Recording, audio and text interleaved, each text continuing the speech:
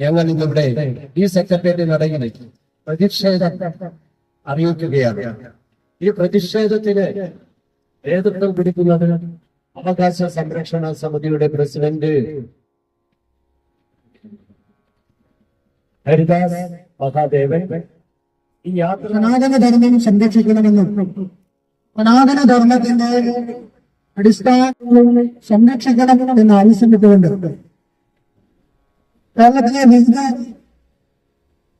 ഹൈന്ദവ സംഘടനകളുടെ നേതൃത്വത്തിൽ കഴിഞ്ഞ 2 ദിവസങ്ങളായി അവകാശ സംരക്ഷണ യാത്ര നടക്കുകയാണ്. ഓച്ചിറയിൽ നിന്ന് ആരംഭിച്ച് ഇന്ന് പത്മനാഭസ്വാമി ക്ഷേത്രത്തിൽ ദർശനം നടത്തി ആദരണീയരായ നമ്മുടെ ആദിത്യവർമ്മ തമ്പുരാൻ അദ്ദേഹം പൂർണ്ണകണ്ഠം നൽകി സ്വീകരിച്ചുകൊണ്ട് ഈ യാത്രയിൽ പത്മനാഭസ്വാമി ക്ഷേത്രത്തിൽ ദർശനം നടത്തി സംഘടനകൾ നടക്കുന്ന പ്രതിഷേധം അതല്ലെങ്കിൽ എല്ലാവരും അതൊന്ന് ബോധ്യപ്പെടുത്തി കൊടുക്കുക എന്ന ലക്ഷ്യത്തോടു കൂടിയിട്ടാണ് ഇന്ന് തിരുവിതാംകൂർ ദേവസ്വം ബോർഡിന്റെ ആസ്ഥാനത്ത് ഞങ്ങളിന്ന് പോയി. അവിടെ ഒരു പാഠശാലയുണ്ട്. ആ പാഠശാല ആക്രിക്കടലിൽ പോലും ഇല്ലാത്ത സാധനങ്ങളാണ് അവിടെ അങ്ങനെ കൂട്ടിയിട്ടിരിക്കുന്നത്. അതിന്റെ വീഡിയോ ചിത്രങ്ങളെല്ലാം ഞങ്ങൾ ശേഖരിച്ചിട്ടുണ്ട്. പക്ഷെ ഇപ്പോൾ നമ്മുടെ വിഷയം ഈ പാഠശാലകൾ നവീകരിക്കുന്നതിനും അതുപോലെ പാഠശാല പഠനത്തിനും പരിഷ്കരണം മറ്റുള്ള കാര്യങ്ങളുമായി അനുവദിച്ചിരിക്കുന്ന ഫണ്ട് അത് ലാഭശേഷി കളയുകയും അത് കൃത്യമായി വിനിയോഗിക്കാതെ നശിപ്പിച്ചു കളയുകയും ചെയ്യുന്നതിനെതിരെ നമ്മുടെ യജ്ഞാചാര്യൻ മാത്ര സുന്ദരേശൻജിയുടെ നേതൃത്വത്തിൽ ഒരു പ്രോഗ്രാം നടത്തി.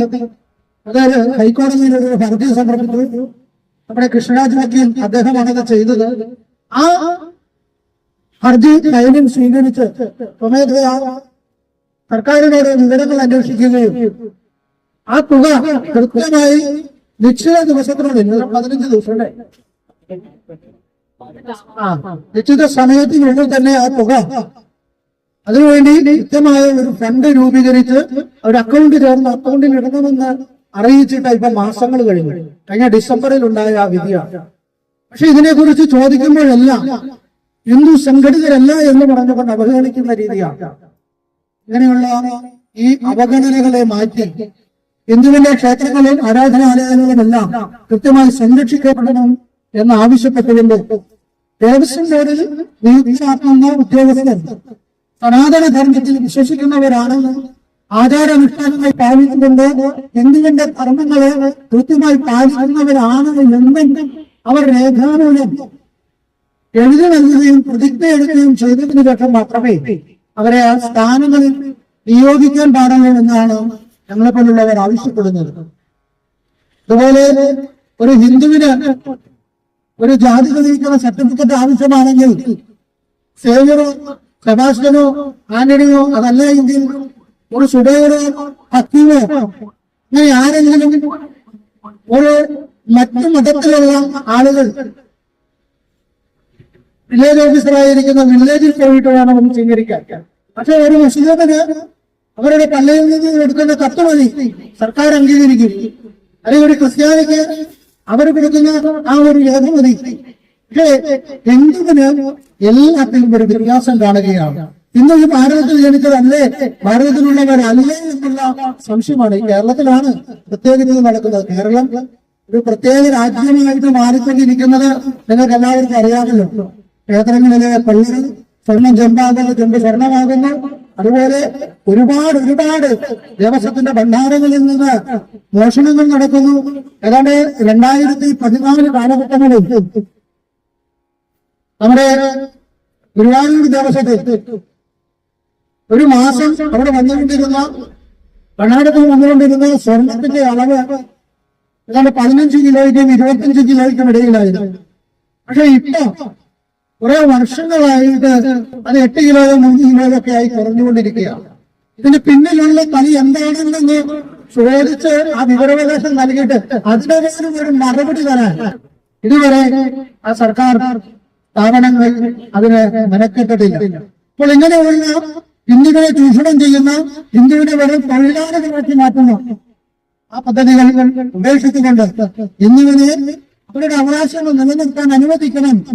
അതില്ല എങ്കിൽ ഈ വരുന്ന തെരഞ്ഞെടുപ്പിൽ കേരളത്തിലെ ഹൈന്ദവ സമൂഹത്തിന്റെ ആവശ്യങ്ങൾ അംഗീകരിക്കുന്ന ഏത് രാഷ്ട്രീയ പാർട്ടിയാണെങ്കിലും പരസ്യമായി അവർ ഞങ്ങളുടെ ആവശ്യങ്ങളെ അംഗീകരിക്കുന്നുവെങ്കിൽ ആ പാർട്ടിയെ വിജയിപ്പിക്കുന്നതിന് വേണ്ടി പുറത്തിറങ്ങാൻ ഞങ്ങൾ ഹൈന്ദവ സംഘടനകൾ എല്ലാവരും ചേർന്ന് തയ്യാറെടുക്കും.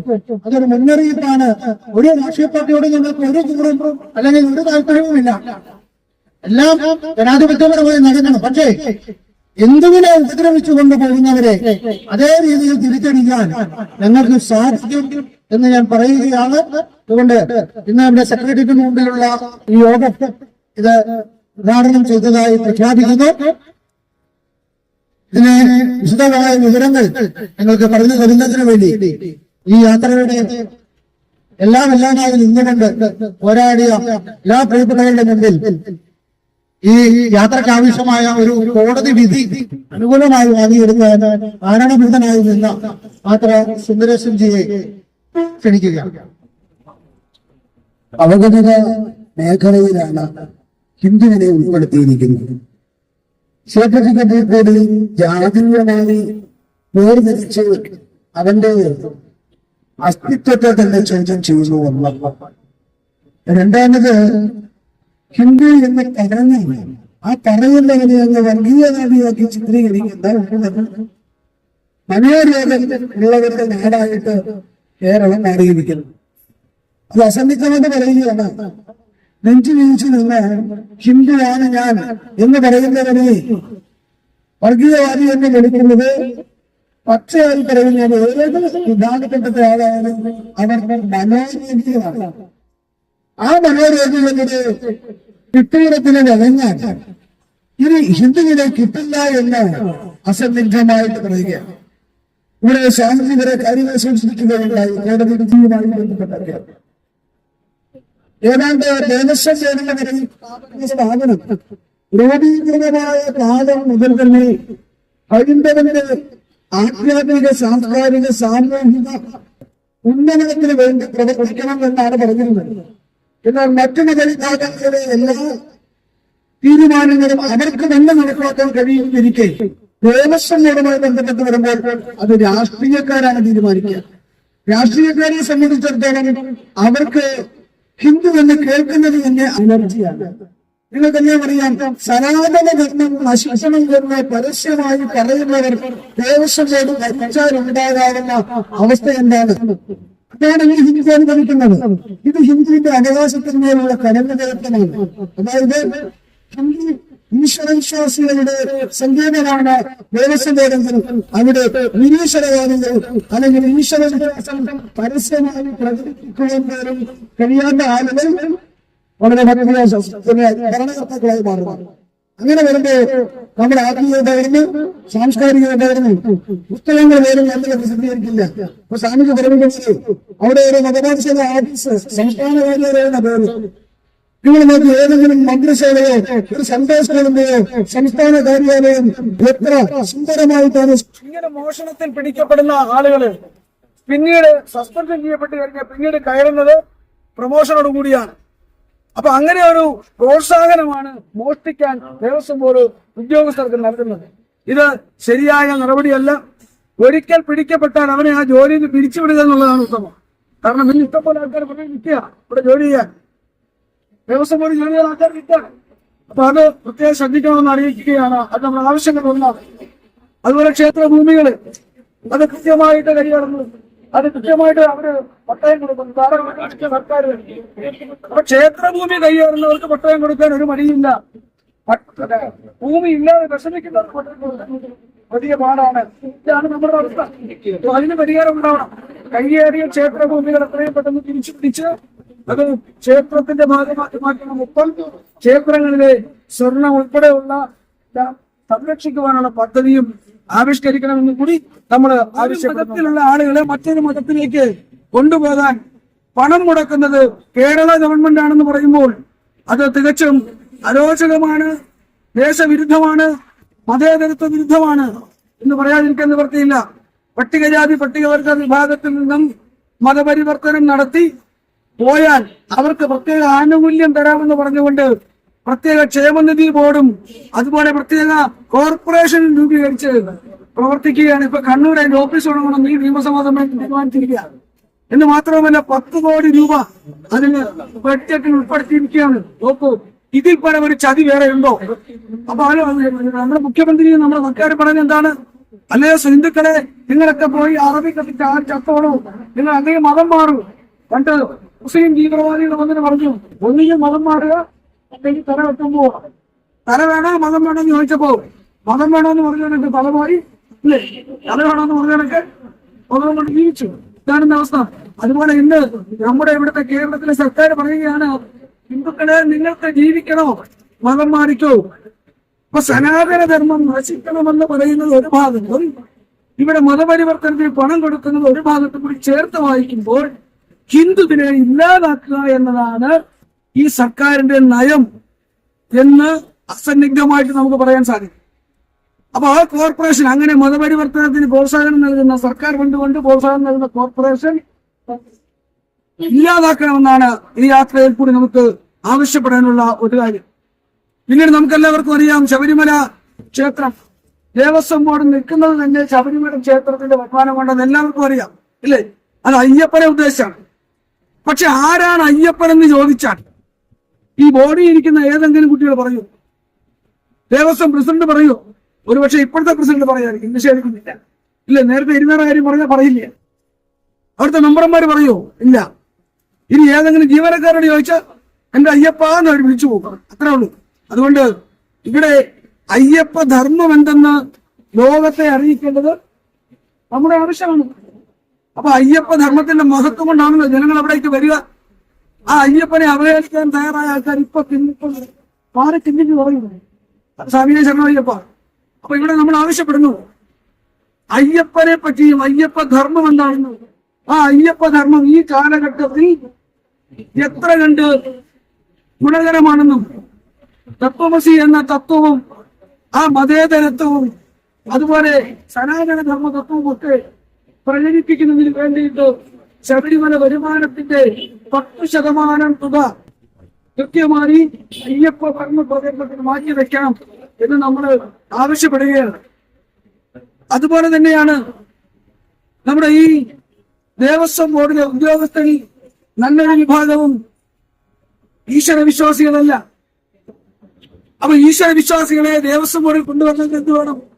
കൃത്യമായി വേണ്ടത് വിശ്വാസപരമായ കാര്യങ്ങൾ പഠിച്ചവർ ദേവസ്വം ബോർഡിൽ ജോലിയാണ്.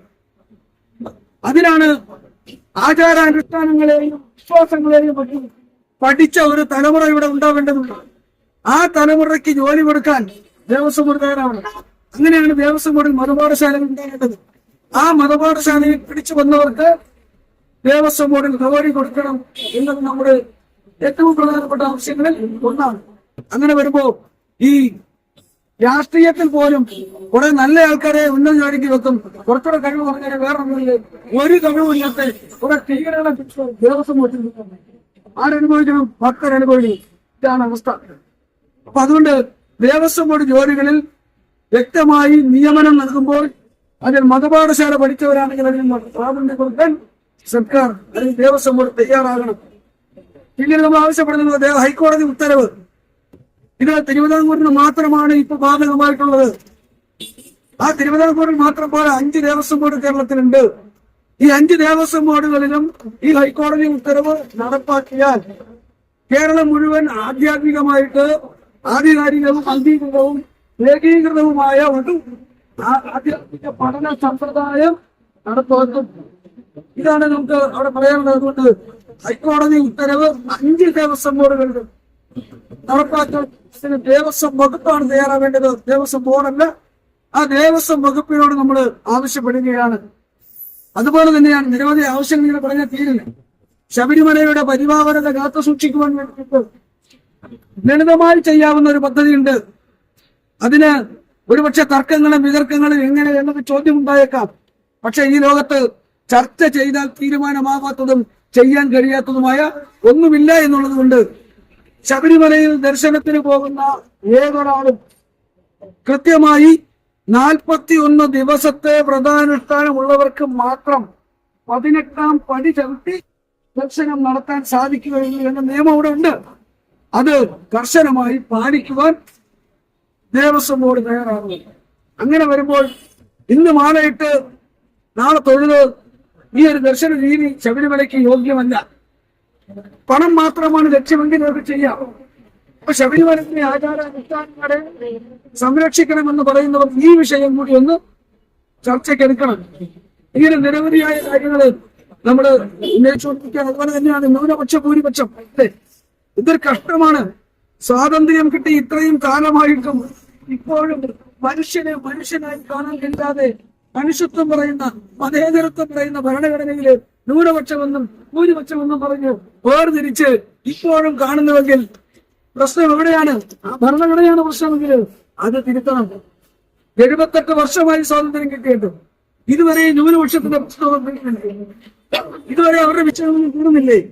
അപ്പൊ അതുകൊണ്ട് ന്യൂനപക്ഷ ഭൂരിപക്ഷ വേർതിരിവ് അവസാനിപ്പിച്ച് മതങ്ങൾക്കല്ല അർഹതയുള്ള മനുഷ്യനാണ് ആനുകൂല്യം നൽകേണ്ടത് എന്ന പദ്ധതി നടപ്പാക്കുവാൻ തയ്യാറാകണം. ഇങ്ങനെ ഒട്ടനവധി ആവശ്യങ്ങളുണ്ട്. ഇതൊക്കെ ഞങ്ങൾ നിരന്തരമായി ആവശ്യപ്പെടുകയും തൊഴിൽ പ്രവർത്തനങ്ങളും ഉണ്ടാകുമെന്ന് കൂടി അറിയിച്ചുകൊണ്ട് ഞാൻ എന്റെ വാക്കുകൾ ഉപസംഹരിക്കുന്നു. നന്ദി, നമസ്കാരം.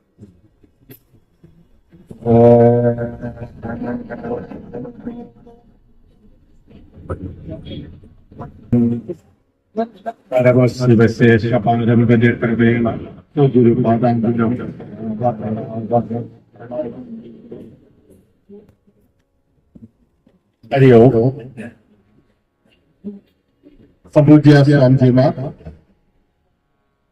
ഹിന്ദു രക്ഷായാത്രയുടെ ഭരതരായ എനിക്ക് മുന്നേ സംസാരിച്ച പാത്ര സുന്ദരേശൻ ജി, ഹരിഹരൻ സ്വാമിജി, വയലാർ സ്വാമിജി, എല്ലാ വ്യക്തികൾക്കും നമസ്കാരം.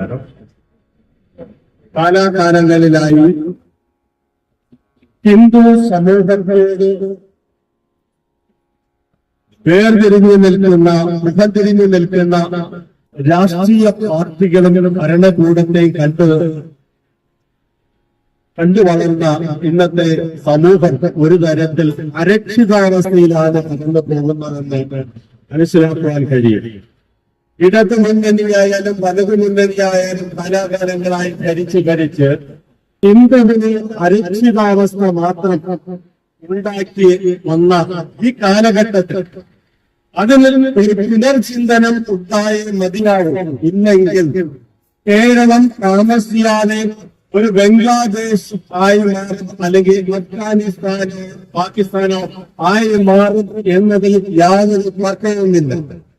സമീപകാലത്തായി ഒരു മുസ്ലിം സംഘടനയുടെ നേതാവ് പറയുകയുണ്ടായി, ഇസ്ലാമിന്റെ ആരാധന പൂർണ്ണമാകണമെങ്കിൽ ഇസ്ലാമിക രാഷ്ട്രം യാഥാർത്ഥ്യമാകണം. എന്നാൽ മാത്രമേ ഇസ്ലാമിന്റെ ആരാധന പൂർണ്ണമാകുകയുള്ളൂ. പറഞ്ഞത് ജമാഅത്തെ ഇസ്ലാമിയുടെ കേരളത്തിലെ അമീറാണ്. മറ്റൊരു മാധ്യമ പ്രവർത്തകനും ഇസ്ലാമിക തീവ്രവാദിയുമായ പേരെടുത്ത് പറയുകയാണ്. അബ്ദുള്ള പറയുകയുണ്ടായി, ഇവിടുത്തെ ഹിന്ദു സമൂഹം 80% ഉണ്ടായിക്കോട്ടെ, ഞങ്ങളുടെ 20% മാത്രം മതി, 5 മിനിറ്റ് കൊണ്ട് ഞങ്ങൾ ഇവിടെ ശരിയാക്കി തരാം. ഇതൊക്കെ പറഞ്ഞിട്ട് ഇവിടുത്തെ ഹിന്ദു സമൂഹം അത് ചിന്തിക്കുന്നില്ലെങ്കിൽ ഈ ഹിന്ദു സമൂഹത്തിന് സാരമായ തകരാറുണ്ടായിട്ടുണ്ട് എന്ന് നാം ചിന്തിക്കേണ്ടിയിരിക്കുന്നു. ഇത് അധികം വൈകാതെ തന്നെ കേരളം ബംഗ്ലാദേശ് ആകും എന്നതിന്റെ വ്യക്തമായ ദൃഷ്ടാന്തമാണ്. ഈ വരാൻ പോകുന്ന തിരഞ്ഞെടുപ്പിൽ ഇടതുപക്ഷമായാലും വലതുപക്ഷമായാലും നമുക്ക് ഉറപ്പിച്ച് വിശ്വസിക്കാം, രണ്ടിനെയും നിയന്ത്രിക്കുന്ന ഇസ്ലാമിക സംഘടനകളാണ്. ഏത് മുന്നണി ഭരിച്ചാലും അത് തീർച്ചയായും ഇടത് ജിഹാദി കൂട്ടിക്കെട്ടായിരിക്കും ഇവിടെ ഭരിക്കുന്നത്. പിന്നെ ഹിന്ദുവിന് ചിന്തിക്കുവാൻ 5 വർഷം കഴിയേണ്ടി വരും. അതുകൊണ്ട് തന്നെ ഇനി ഒട്ടും അമാന്തിക്കാൻ സമയമില്ല. ഓരോ നിമിഷത്തിലും നൽകുന്നത് തങ്ങളുടെ വരുന്ന പരമ്പരകളുടെ നിലനിൽപ്പ് ആഗ്രഹിക്കുന്ന ഏതൊരു ഹിന്ദുവും ഉണർന്ന് പ്രതിരോധിക്കുവാനും ധർമ്മം സംരക്ഷിക്കാനും അധർമ്മത്തിനെതിരെ ശക്തമായി പ്രതിരോധിക്കുവാനും തയ്യാറായേ മതിയാവും എന്ന് ഓർമ്മിപ്പിച്ചുകൊണ്ട് ഈ ഹിന്ദു രക്ഷാ യാത്രയുടെ ഈ അവകാശ സംരക്ഷണ യാത്രയ്ക്ക് എല്ലാവിധ ആശംസകളും അർപ്പിച്ചുകൊണ്ട് ഞാൻ എന്റെ വാക്കിൽ നിന്ന് വിരമിക്കുന്നു. ജയ് ഹിന്ദ്, വന്ദേ മാതരം. മതേതരത്വം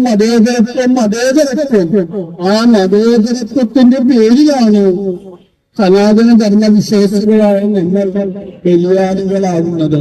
വാസ്തവത്തിൽ മതേതരത്വം 100% പരിപാലിക്കുന്നത് സനാതന ധർമ്മ വിശ്വാസികളായ ഹിന്ദുക്കളാണ്. നമുക്കെല്ലാവർക്കും അറിയാം, സനാതന ധർമ്മവിശ്വാസികളായ ഹിന്ദുക്കളാണ് എല്ലാ മതവിഭാഗങ്ങളെയും ഭാരതത്തില് വളരാനായിട്ട് അനുവദിച്ചത്. കേരളത്തിലാണെങ്കിലും ഇന്ത്യയിൽ മറ്റു ജൂതന്മാരാണെങ്കിലും മുസ്ലിമുകളാണെങ്കിലും ക്രിസ്ത്യാനികളാണെങ്കിലും മറ്റെല്ലാ മതവിഭാഗങ്ങൾക്കും അടച്ച് വളരാനുള്ള സ്വാതന്ത്ര്യം കൊടുത്തത് ആരാണ്? ഹിന്ദുക്കളാണ്.